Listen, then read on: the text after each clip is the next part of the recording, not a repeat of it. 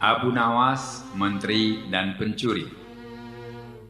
Sore hari ketika asik bersenandung ria, tiba-tiba Abu Nawas dikagetkan oleh sekelebat bayangan yang menyelinap di samping halaman rumahnya. Abu Nawas pun penasaran dibuatnya, dan ada apakah gerangan? Siapakah tadi yang berkelebat? Manusiakah? Atau tanpa pikir panjang lagi, dengan sigap Abu Nawas langsung melihat keadaan di belakang rumahnya. Ketika sampai di halaman belakang rumahnya, Abu Nawas kaget bukan kepalang karena dia menemukan orang tua yang dipenuhi luka memar dan seorang anak kecil yang sedang menangis.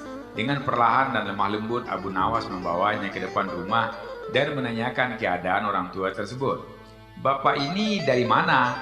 Dan ada apa sampai tubuh Bapak jadi lebam begini? Mengapa Bapak ketakutan sekali?"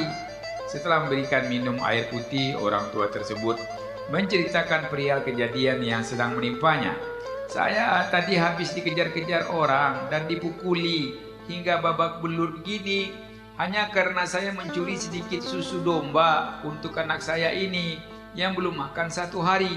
Tapi juragan yang punya domba itu tidak mau peduli dengan alasan yang saya berikan. Malah ia menyuruh tukang pukulnya untuk mengajar saya.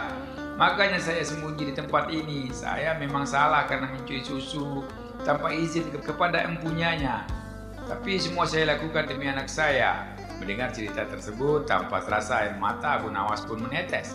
Dalam hati Abu Nawas berkata, sungguh zolim sekali juragan tersebut.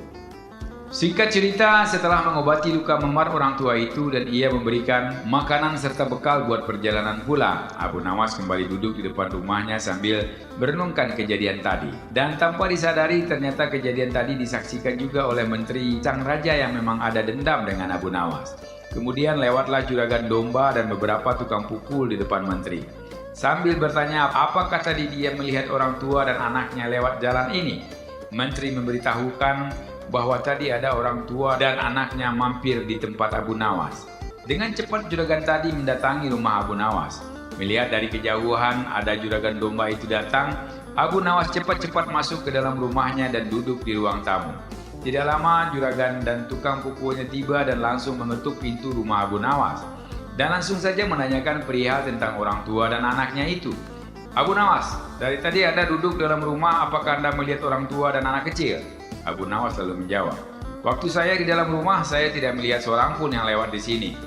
Mendengar jawaban itu, juragan domba itu diam saja, tidak berani bertindak karena Abu Nawas sangat disegani dan disayangi oleh raja. Juragan mengadu kepada menteri. Menteri pun tersenyum. Terlintas di benaknya akan membuat malu Abu Nawas di depan raja. Kemudian menteri memberikan saran untuk melaporkan kejadian tersebut kepada raja. Akhirnya Abu Nawas dipanggil oleh raja di persidangan. Raja langsung menanyakan perihal kejadian itu kepada Abu Nawas dan bertanya, "Abu Nawas, apa benar kau telah melakukan tindak kejahatan menyembunyikan, pencuri dan berbohong? Padahal kamu adalah penasihat pribadi keluarga kerajaan." Abu Nawas menyangkal semua tuduhan itu dan menanyakan balik pada raja, siapa yang memberikan laporan itu dan mana saksinya? Dengan sigap juragan dan menteri maju ke hadapan raja. Juragan mengatakan, "Aku yang melapor dan saksinya ada menteri yang melihat langsung kejadiannya." Suasana sidang menegangkan. Raja langsung mempersilahkan juragan dan menteri untuk berbicara. Juragan domba berkata, "Abu Nawas, saya kemarin melihat ada 2 orang bertanya tentang orang tua dan anaknya. Kamu malah mengatakan tidak melihat siapapun, padahal ada menteri yang melihat dan menjadi saksi kejadian itu kemarin." Ruang sidang tambah tegang. Raja pun angkat bicara. "Bagaimana Abu Nawas? Apa pembelaanmu?" Dengan tenang dan santai Abu Nawas menjawab pertanyaan raja. "Begini kejadiannya raja. Sewaktu kejadian orang tua dan anaknya, saya sedang di luar rumah, tepatnya di halaman belakang, dan juragan menanyakan orang tua dan anaknya itu ketika saya berada di ruangan tamu.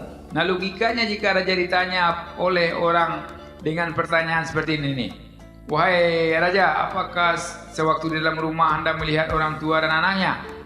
Raja pun diam sejenak, kemudian menjawab, 'Ya tentu saya akan bilang tidak melihat, karena hanya diriku sendiri di dalam rumah tersebut.' Nah, itulah jawaban yang saya berikan kepada juragan domba. Apakah saya berbohong?" Tentu tidak, malahan saya berkata dengan yang sejujur-jujurnya. Suasana sidang langsung meriah mendengar jawaban Abu Nawas. Raja hanya tersenyum, sedangkan juragan domba dan menteri mukanya jadi merah karena menahan rasa malu atas kebodohan diri mereka sendiri.